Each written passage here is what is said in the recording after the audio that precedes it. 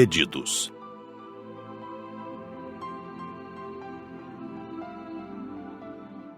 A aula teórica foi pequena.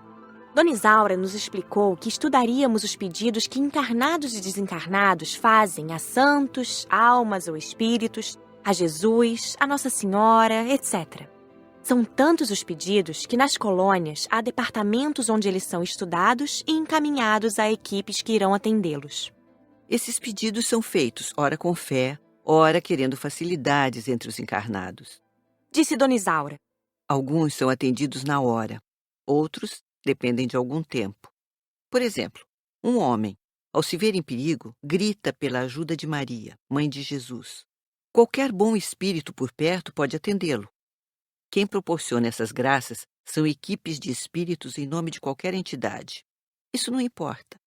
Honras a encarnados só importam a eles mesmos. A nós, trabalhadores do bem desencarnados, só importa o bem que fazemos. Fazer promessas é errado?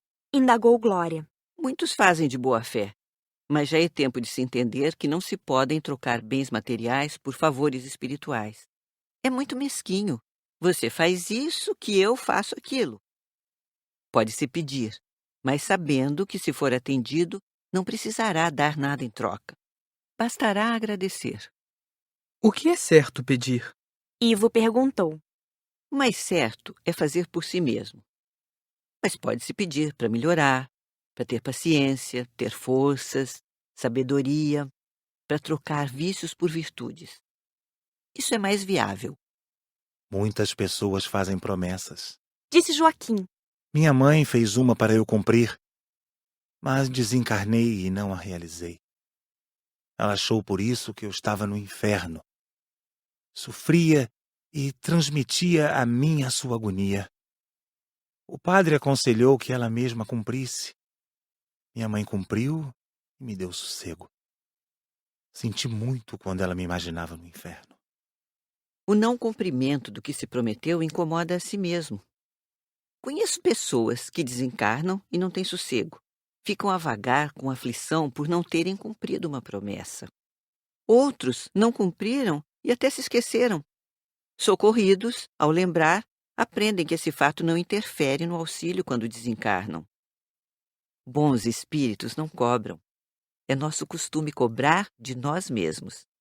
Mas, já que prometemos, trocamos favores, recebemos ajuda do outro, é honesto cumprir.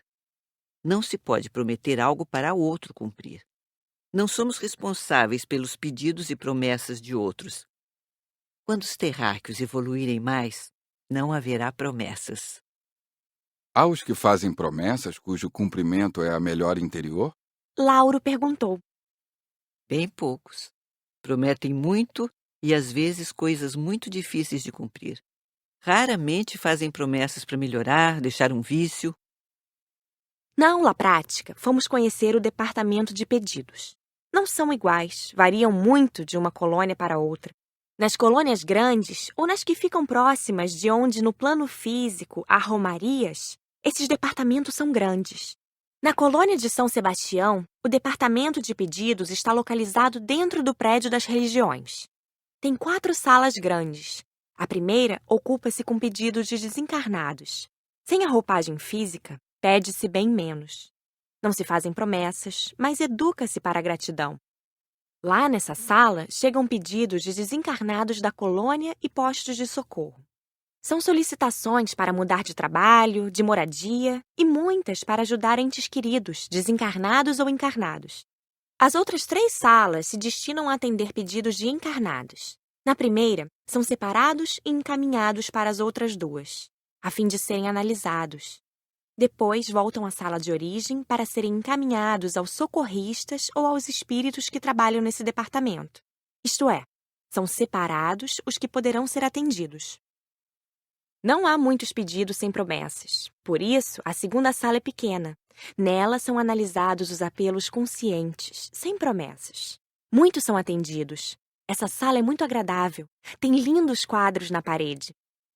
Todo o departamento é pintado de amarelo claro e tem como enfeites muitos vasos de flores.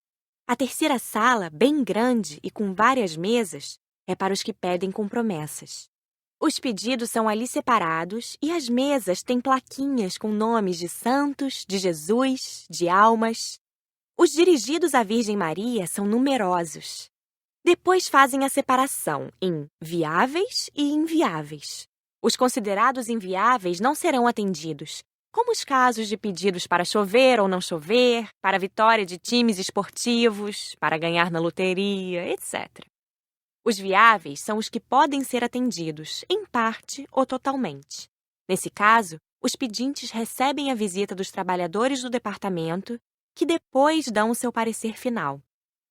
Se aprovados, os trabalhadores atendem e a pessoa obtém a graça. Aí resta ao pedinte cumprir o prometido.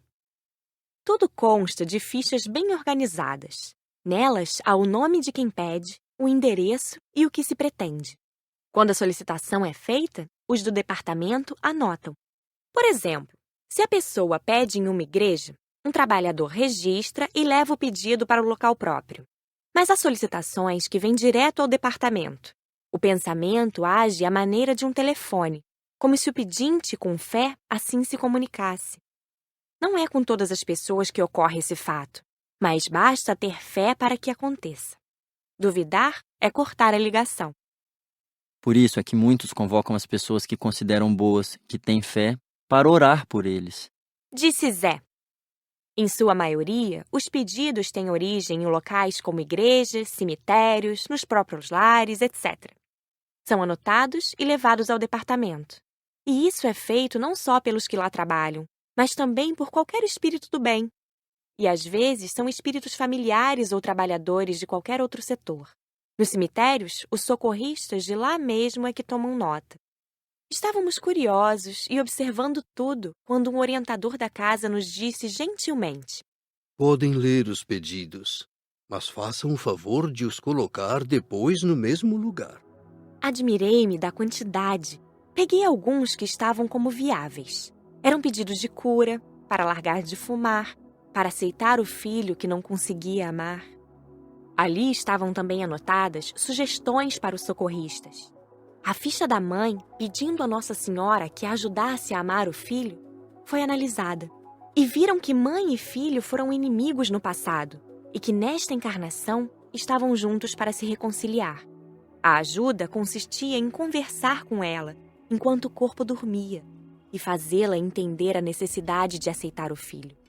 Envolvê-la em pensamentos diários durante 6 meses, incentivando-a ao perdão e ao carinho. Dará certo? Indaguei a um trabalhador mostrando a ficha. Creio que sim. Dependerá de que ela aceite nossas orientações. Pede-se muito, e a pilha de solicitações enviáveis era grande. Peguei algumas para ler. Numa delas, uma senhora rogava às almas do purgatório ajuda para que o marido não descobrisse que ela o traía. Rezaria 3/3 no cemitério. Em outra, um rapaz pedia a Santo Antônio que o ajudasse a se casar com uma moça rica e bonita. Iria à missa 1 vez por mês durante toda a vida. Certa moça suplicava à Virgem Maria que a livrasse de estar grávida. Era solteira. Alguns inviáveis eram insistentes, com pedidos a vários santos de uma vez e com promessas incríveis. O orientador do departamento gentilmente nos esclareceu. Respeitamos todas as formas de crenças e todos os pedidos. Se aqui chegaram, é porque foram feitos com fé, embora saibamos que muitos não têm base em fé raciocinada. Respeitamos mesmo os pedidos para encobrir erros, como este que pede a Nossa Senhora Aparecida proteção para não ser preso enquanto rouba. Nele, há mais ignorância do que maldade. Marcela leu alto as palavras de um traficante que pedia proteção para não ser descoberto e preso. Prometia dar uma grande quantia em esmolas para os pobres. O orientador elucidou-nos. Todas as vezes que esse solicitante está para receber um carregamento de tóxicos, faz promessa semelhante. Não o ajudamos.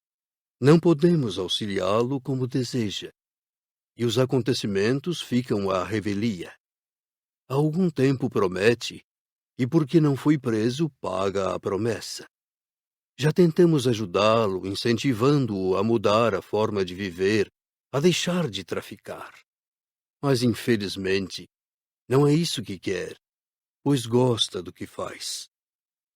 Após analisar tudo, saímos com um grupo de socorristas que ia atender algumas solicitações. O primeiro caso era o de um senhor pedindo que sarasse. Estava no hospital, tinha câncer em estado adiantado. Não obteria a cura do corpo. Seu pedido não seria atendido, mas o auxiliariam de outra forma. Os socorristas iriam assisti-lo e incentivá-lo a ter bons pensamentos e a resignar-se. A equipe o visitaria todos os dias até que desencarnasse. Ele sentiu nossa presença e recebeu os fluidos doados. Ficou calmo e adormeceu. Uma outra súplica nos comoveu.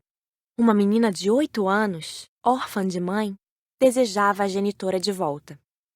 Mas isso não é inviável? Indagou Glória. O pedido sim, Respondeu Frederico. mas não a ajuda.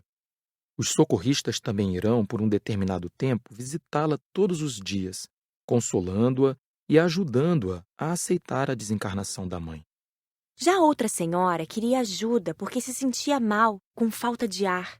Ao seu lado estava um desencarnado a vampirizá-la.